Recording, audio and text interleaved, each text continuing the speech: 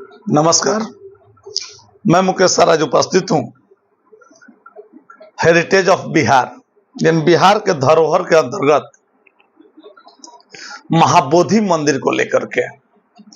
इसके पूर्व हम लोगों ने केसरिया स्तूप, पटना का गोलघर, नालंदा विश्वविद्यालय और शेरशाह सूरी का मकबरा देखा। अब हम देखेंगे बोध गया में अवस्थित महाबोधि मंदिर।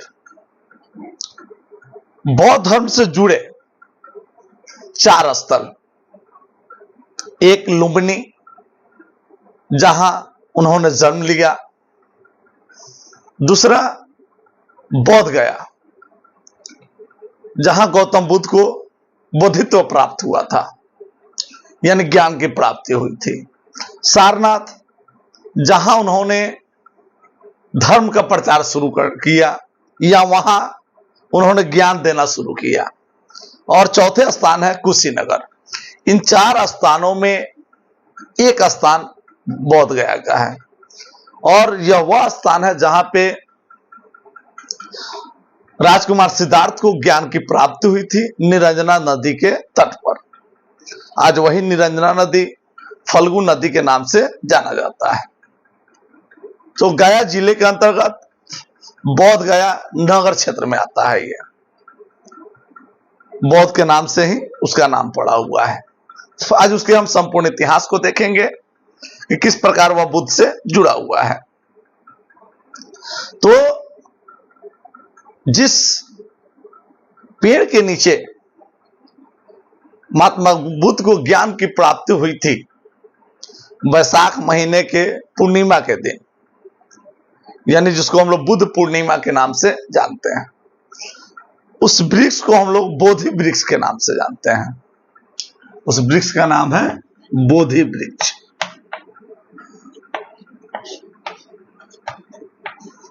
आज भी वह वृक्ष है, लेकिन वह उस स्थिति में नहीं है जो पहले था, क्योंकि यह जो वृक्ष है अभी बोधि वृक्ष, वह 5वीं पीढ़ी है। दूसरा चीज, ये जो मंदिर आप देख रहे हैं इसी को महाबोधि मंदिर कहा जाता है। यह 2002 में यूनेस्को के वर्ल्ड हेरिटेज में शामिल हुआ।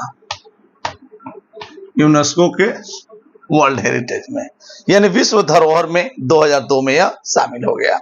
केवल मंदिर ही नहीं, मंदिर यानी टोटल जो बोध गया का कॉरिडोर है वह कॉरिडोर वर्ल्ड हेरिटेज में शामिल है और लगभग 2500 वर्ष पुराना है।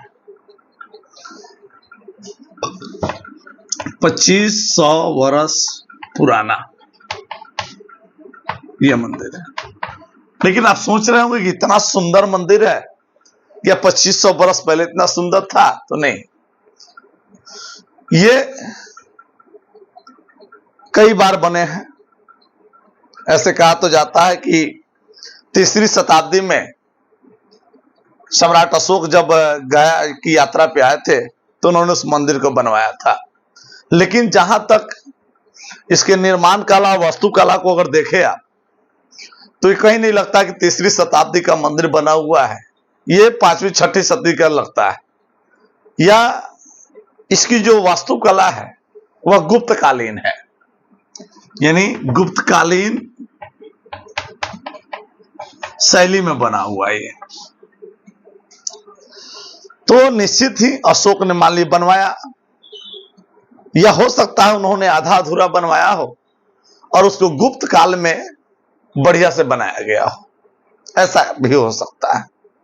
इसलिए क्योंकि वहां की खुदाई में गुप्तकालीन अवशेष भी प्राप्त हुए हैं, तो यह दावा नहीं किया जा सकता। लेकिन हाँ, यानी प्राचीन जो मंदिर का निर्माण हुआ वह प्रियदर्शी सम्राट अशोक के शासनकाल में हुआ है, और बाहरी जो स्ट्रक्चर आज दिख रहा है वह हो सकता है कि गुप्त काल के समय में और उसको रिपेयरिंग किया गया हो या भव्य रूप दिया गया हो, ऐसा भी हो सकता है। तो थोड़ी सी हम सिद्धार्थ के बारे में जान लेते हैं कि लगभग 528 ईसा पूर्व में कपिलवस्तु से गृह त्यागने के बाद में वैशाली गए, वहां उन्हें ज्ञान की प्राप्ति नहीं हुई। इस तरह भटकते भटकते वे चले जाते हैं बोध गया, और बोध गया में भी तपस्या करते हैं, लेकिन ज्ञान की प्राप्ति उन्हें नहीं होती है। फिर वहां से भटकते चले जाते हैं निरंजना नदी। उस निरंजना नदी को हम लोग आज के डेट में फल्गु नदी के नाम से जानते हैं।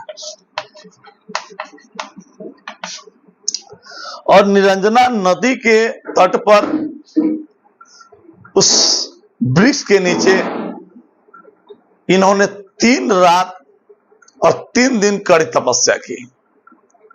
हालांकि कहा जाता है कि ये जो 3 रात और 3 दिन है, उस मध्य में सुजाता नामक एक कन्या ने लड़की ने, कोई पर्व था तो उन्हें खीर खिलाया, और खीर खा करके जो वे ध्यान मग्न हुए, उसके बाद इन्हें इनके दिव्य शक्ति प्राप्त हुई या ज्ञान की प्राप्ति हुई। और ज्ञान की प्राप्ति के साथ ही ये राजकुमार सिद्धार्थ जो थे वह बुद्ध कहलाए, यानी बुद्ध का मतलब होता है ज्ञान। तो वहां उन्हें ज्ञान की प्राप्ति हुई, लेकिन इन्हें रियलाइज उस समय नहीं हुआ। फिर वहां लगभग 6-7 सप्ताह, यानी ज्ञान प्राप्ति के बाद भी लगभग 7 सप्ताह तक ये वहीं रुके रहे। 7 सप्ताह में इन्होंने किया क्या? तो इन्हें भी एहसास नहीं हुआ कि हमें ज्ञान की प्राप्ति हुई है। तो लगभग वहां पे आप देखेंगे, जब बोध गया कॉरिडोर जाएंगे तो कई तरह के पेड़ हैं आजू बाजू में, जो कॉरिडोर का हिस्सा है।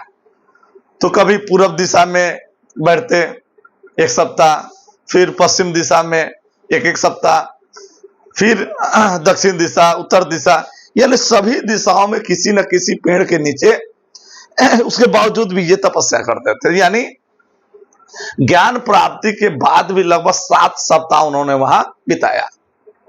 एक चीज और देखते हुए, अगर जब बोध गया से कॉरिडोर में आप जाएंगे तो कॉरिडोर में एक तालाब है, और उस तालाब में सर्प बनाया हुआ है, जो विष्णु जी का सर्प है उस तरह का सर्प बना हुआ है। उसके नीचे देखिएगा गौतम बुद्ध की एक छोटी सी प्रतिमा रखी गई है। ऐसा माना जाता है कि 7वें सप्ताह एक बार ध्यान में लिग्न थे, और उसी समय, ये दंत कथा है, इसका वास्तविकता से कोई संबंध नहीं है, नहीं इसका कोई प्रमाण है। ऐसी कथा है, सुत पिटक, विनय पिटक, अभिधम पिटक में मिलते हैं। यानी जो त्रिपिटक, बौद्ध धर्म के त्रिपिटक हैं, उन त्रिपिटक में आप देखेंगे तो जो 3 पिटक है, सुत पिटक, विनय पिटक और अभिधम पिटक, ये तीनों पुस्तकों को मिलाकर के त्रिपिटक कहा जाता है, जो बौद्ध धर्म की धार्मिक पुस्तक मानी जाती है। तो उन पुस्तकों में दंत कथाएं बहुत सारी लिखी गई है। तो उन दंत कथाओं के अनुसार माना जाता है कि अंतिम सप्ताह में जब ये ध्यान मग्न थे, तो वैसे समय में क्या हुआ कि आंधी आया और इन्हें रियलाइज नहीं हुआ, एहसास नहीं हुआ। तो ऐसे में जो नाग राजा थे, नाग राजा क्या किया, उन्होंने मुचालिंका कहा जाता है कि उस नाग राजा का जो नाम था नागराज का, मुचालिंका। तो नाग राजा ने क्या किया, इनको छाया प्रदान किया या इनकी आंधी और तूफान से रक्षा की। ऐसा दंत कथाओं में है, इसलिए वह मंदिर तालाब है और तालाब के बीचों बीच सर्प है। इसके अलावा भी और जिन चीज से जुड़े हुए चीजें हैं वो पेड़ पौधे वहां पे हैं। और जो मूल स्थान है ज्ञान प्राप्ति का, उसी स्थान पर जो मंदिर के अंदर जो उनकी प्रतिमा स्थापित है वही स्थान है, और पेड़ जो है वो अपने मूल स्थान पे आज भी बना हुआ है। तो ये है वहां ज्ञान प्राप्ति की कहानी। और वहां से तो आप जानते ही हैं, फिर वहां से वहीं पे 2 इनको तिब्बत व्यापारी मिले हुए थे, उनसे मुलाकात हुई। तो वो तिब्बत व्यापारी जो थे, उन्होंने कहा कि हम आपके शरण में जाना चाहते हैं।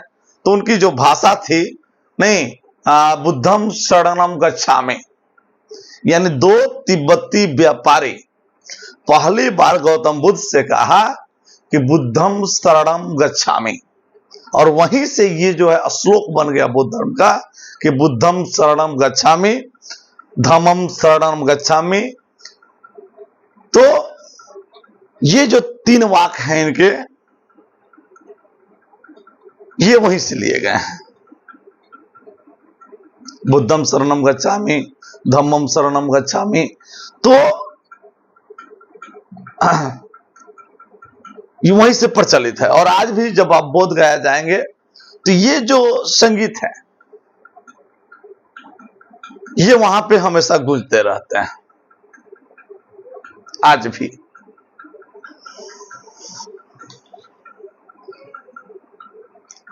तो उस पीपल वृक्ष के नीचे जो ज्ञान प्राप्ति हुई, उसी पीपल के वृक्ष को हम लोग क्या कहते हैं, बोधि वृक्ष के नाम से जानते हैं। और इस मंदिर को हम लोग महाबोधि के नाम से जानते हैं। ये फल्गु नदी का पश्चिमी तट पर अवस्थित है। अब थोड़ी सी आगे हम देखेंगे, चारों जो मंदिर है वह चारों तरफ से रेलिंग से घिरा हुआ है और हमेशा उसकी सुरक्षा में सुरक्षाकर्मी तैनात रहते हैं। मंदिर बलुआ पत्थर से बना हुआ है और पद चिन्ह धर्मचक्र वहां पे आपको देखने को मिलता है। अब इस थोड़ी सी चर्चा, हाँ, तो यहां से बोध गया से यहां से चलते हैं और ये पहुंचते हैं सारनाथ। और सारनाथ में जाकर के वहां से धर्म का प्रचार करना शुरू करते हैं। इसलिए सारनाथ जगह भी बहुत फेमस है। लेकिन बोध गया शब्द का जो उल्लेख है वह प्राचीन काल में नहीं था। इसका उल्लेख जो है 18वीं शताब्दी से मिलता है, यानी दूसरे देशों के ग्रंथ से। और इस पेड़ को जो है, यह जो पीपल का पेड़ है, इसको फाइकस रिलिजियोटा कहते हैं इस पेड़ के नाम को। उसी समय से इनका नाम पड़ा था ये।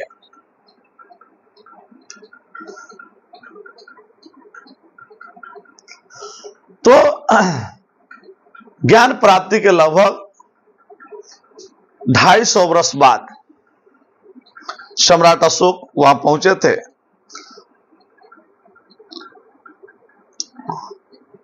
और वहां पे मंदिर का निर्माण करा। लेकिन बौद्ध धर्म का पतन हो गया बाद में। आप जानते होइएगा कि 6वीं 7वीं या 11वीं 12वीं शताब्दी तक, कब तक, जब तक आप देखे होइएगा नालंदा विश्वविद्यालय, तक्षशिला विश्वविद्यालय, विक्रमशिला विश्वविद्यालय, उदंतपुरी विश्वविद्यालय, ये सारे विश्वविद्यालय जब तक अपने स्वरूप में थे, जीवंत स्वरूप में जब तक वे शिक्षा के केंद्र थे, उस समय तक बौद्ध धर्म जीता जागता रहा। लेकिन उसके बाद में क्या हुआ, बौद्ध धर्म का पतन हो गया। पतन ऐसा हुआ कि लोग भूल गए बौद्ध धर्म को। खास करके कहां से, तो भारत से। तो भारत में बौद्ध धर्म का पतन हो गया। और जब पतन होगा तो जितने बौद्ध केंद्र थे वे सारे केंद्र वीरान पड़ गए। वीरान पड़ा और समय के अनुसार धूल मिट्टी पड़ते पड़ते वे मिट्टी में ढक करके टीला बन गए। जैसे केसरिया का स्तूप, यह मिट्टी कण से ढलते ढलते टीला बन गया, जिसकी खुदाई हो रही है तो दिखाई देती है। नहीं तो आज से 20 वर्ष पहले आप देखेंगे, 90s के पहले, तो वह गढ़ के नाम से जाना जाता था। ये पता नहीं था उसके अंदर क्या है नहीं है, गढ़ जाना जाता था। उसी तरह आप देखेंगे 1986-87 के आसपास विक्रमशिला विश्वविद्यालय की खुदाई हुई।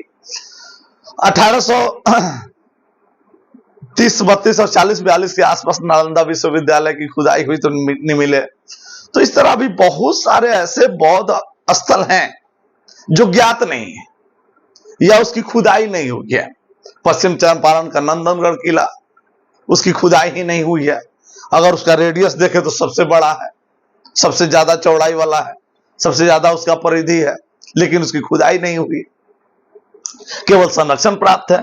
तो भारत में, खास करके बिहार में जितने बौद्ध स्थल है, इसके प्रति सरकार जो है काफी उदासीन है। सरकार थोड़ा सा भी उसमें इंटरेस्ट नहीं लेती है। नहीं तो जितना इंटरेस्ट अलेक्जेंडर कनिंघम के समय, ऐसे ही पुरातात्विक इतिहास का उनको पितामह नहीं कहा जाता है, जितनी खुदाई अलेक्जेंडर कनिंघम के समय हुई, शायद उसके बाद में खुदाई नहीं हो पाई। अगर भारत ब्रिटिश इंडिया अगर आज होता तो शायद जितने बौद्ध स्थल है उसकी खुदाई हो चुकी होती और सभी के सभी एक प्रसिद्ध पर्यटन स्थल के रूप में विकसित होते। तो वे धूल में जम गए, लेकिन 19वीं सदी में अलेक्जेंडर कनिंघम ने उसकी खुदाई करवाई। खुदाई करवाने पर वहां से मंदिर प्राप्त हुआ, लेकिन मंदिर जो था वह जीर्ण तीर्ण अवस्था में था। तो ऐसे में क्या हुआ, उस मंदिर की रिपेयरिंग कराई गई और उस रिपेयरिंग में वह शानदार अस्तित्व प्राप्त किया, यानी शानदार अवस्था फिर से प्राप्त हो गया जो उसके पूर्व भी नहीं था। तो ये अलेक्जेंडर कनिंघम की योगदान है कि फिर से वह मूर्त रूप दिया, यानी जो प्राचीन मंदिर थे उससे भी खूबसूरत मंदिर उन्होंने बनवाया कर उसका रिपेयरिंग करवाया। और आज जो आप देख रहे हैं मंदिर के स्वरूप को, वह स्वरूप अलेक्जेंडर कनिंघम के समय का है और टोटल खुदाई में वह कॉरिडोर निकाला गया है। उसके इर्द गिर्द में कुछ ऐसे भी क्षेत्र हैं जो बौद्ध से जुड़े हुए हैं, लेकिन उसकी खुदाई नहीं हो पाई।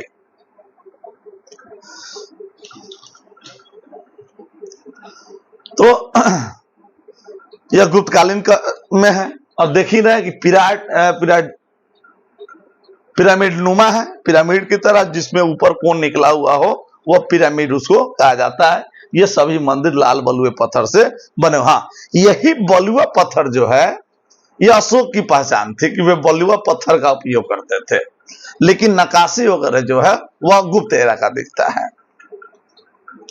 और इसकी ऊंचाई की अगर बात करें तो यहां से लेकर यहां तक की जो इसकी ऊंचाई है वह लगभग 55 मीटर है। 55 मीटर इसकी हाइट है और इसको फीट में अगर कन्वर्ट करें तो 100 लगभग 80 फीट के आसपास ये होता है। ये महाबोधि मंदिर का एरिया। और पूरे कॉरिडोर की बात करें तो लगभग 800 फीट गुना 600 फीट इसकी लंबाई और चौड़ाई है। और पूरा कॉरिडोर जो है बौद्ध मंदिर का वह लगभग 30 एकड़ में फैला हुआ है, यानी लंबा चौड़ा इसका कॉरिडोर है। और जितने बौद्ध से जुड़े जगह हैं उसमें सबसे खूबसूरत की बात करें तो वह बोध गया है। तो आर्कियोलॉजिस्ट जो है कनिंघम ना, उसके समय में उसका इतिहास फिर से जीवंत होता है और इसमें गुंबद लगा हुआ है जिसमें लगभग 290 केजी सोना उस पर चढ़ाया गया है। जो थाईलैंड की के राजा जो थे वहां उन्होंने गुंबद पे सोना चढ़वाया था, 290 केजी सोना, ये थाईलैंड से आया था। अब इसमें कुछ विवाद भी रहे हैं। विवाद इस कारण से रहे हैं कि एक अधिनियम बना, बोध गया मंदिर अधिनियम 1949। बोध गया मंदिर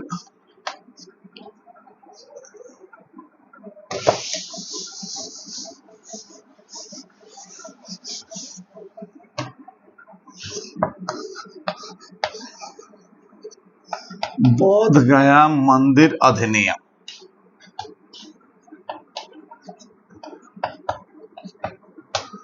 1949।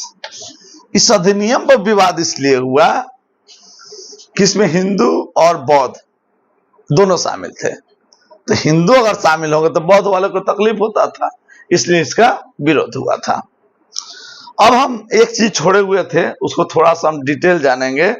वह डिटेल चीज क्या है? तो वह है इस बोधि वृक्ष। बोधि वृक्ष को कितनी बार नष्ट किया गया? बोधि वृक्ष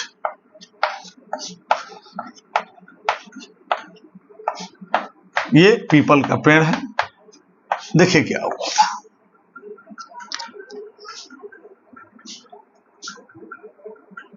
जब बौद्ध अशोक यहां शासक थे और कलिंग युद्ध के बाद में जब उन्होंने बौद्ध धर्म को अपना लिया, और अपना ही नहीं लिया, पूरा बौद्धिस्ट ही हो गई, ये बौद्ध में ही इन कर गए। इनका उद्देश्य बौद्ध धर्म का प्रचार करना। तो इन्होंने बौद्ध धर्म के प्रचार के लिए पुत्र महेंद्र और पुत्री संघमित्रा, अशोक के पुत्र थे महेंद्र, महेंद्र कहिए, महेंद्र कहिए, महेंद्र, और बेटी थी संघमित्रा। तो इसी महेंद्र के नाम से पटना का महेंद्र घाट है, वहीं से वे रवाना हुए थे श्रीलंका के लिए, मैंने विदेशी में बौद्ध धर्म प्रचार के लिए, और संघमित्रा को श्रीलंका भेजा गया। और तमिलनाडु जाने वाली एक ट्रेन का नाम भी है संघमित्रा, जहां से आप श्रीलंका जाया जाता है। तो संघमित्रा जब श्रीलंका जा रही थी तो अशोक ने इसे इस पीपल की एक डाली भेंट की, यानी बोधि वृक्ष की एक डाली भेंट की। ऐसा इसलिए किया कि इनके बौद्ध बनने से इनकी पत्नी बहुत नाराज थी, और इनकी पत्नी जो थी तिष्य रक्षिता, अशोक की पत्नी थी तिष्य रक्षिता। ये बड़ा बौद्ध धर्म से जलन होता था इनको।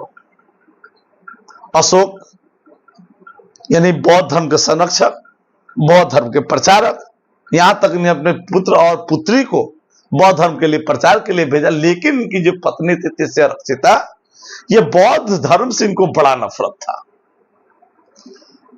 और खतरा महसूस होता था इनको। इसीलिए अशोक ने एक डाली सुरक्षित श्रीलंका भेज दिया वहां लगवाने के लिए, और अच्छा किया, क्योंकि इनकी पत्नी तिष्य रक्षिता ने सबसे पहले उस बौद्धि वृक्ष को कटवाने का प्रयास किया था, नष्ट करने का प्रयास किया था। तो एक इनकी पत्नी हो गई जो पेड़ नष्ट करने का प्रयास किया। दूसरे हो गए शशांक, बंगाल के एक शासक थे शशांक, और उस समय भारत के शासक हुआ करते थे हर्षवर्धन।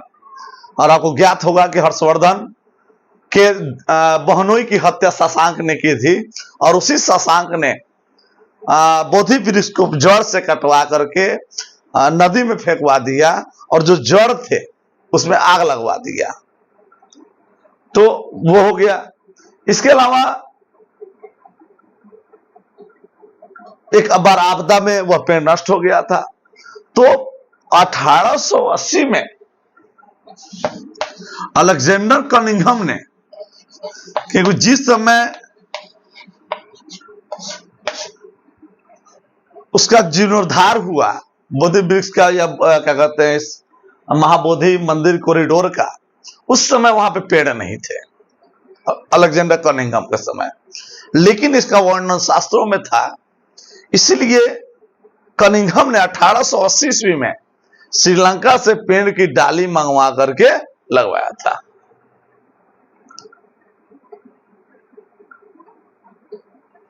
और फिर उसके बाद ये आपदा में नष्ट हो गया, और फिर ये लगभग 5वीं पीढ़ी की है। तो ये बौद्ध धर्म के महान आस्था का केंद्र है, बड़ा ही शांति प्रिय जगह है। और अपने जीवन में एक बार कम से कम बोध गया आप घूम करके आए। बोध गया जाने के बाद में आपको थोड़ा सा भी ये एहसास नहीं होगा कि हम घर से दूर आए हुए हैं। उस कॉरिडोर में इतनी शांति है कि आपको लगेगा कि नहीं मैं यहीं रह जाऊं, इतना अच्छा लगता है। बड़ी शांति प्रिय जगह है, शोरगुल कोलाहल से एकदम अलग। तो वहां अपनापन सा महसूस होता है, कोई बेचैनी नहीं, कोई जल्दबाजी नहीं, कोई घबराहट नहीं। तो जब भी चांस मिले कम से कम समय निकालकर उस कॉरिडोर में 1 घंटा आधा घंटा जितने आपके पास समय हो वहां बिताए, बड़ा सुकून का समय मिलता है। तो आज हमने बिहार के धरोहर के अंतर्गत महाबोधि मंदिर को देखा, इसके संपूर्ण इतिहास, खुदाई और बौद्ध से जुड़े हुए तथ्यों को देखा। इसके बाद हम लोग देखेंगे विक्रमशिला विश्वविद्यालय। तो आज के लिए इतना ही। दीपावली की ढेर सारी शुभकामनाएं एवं बधाई।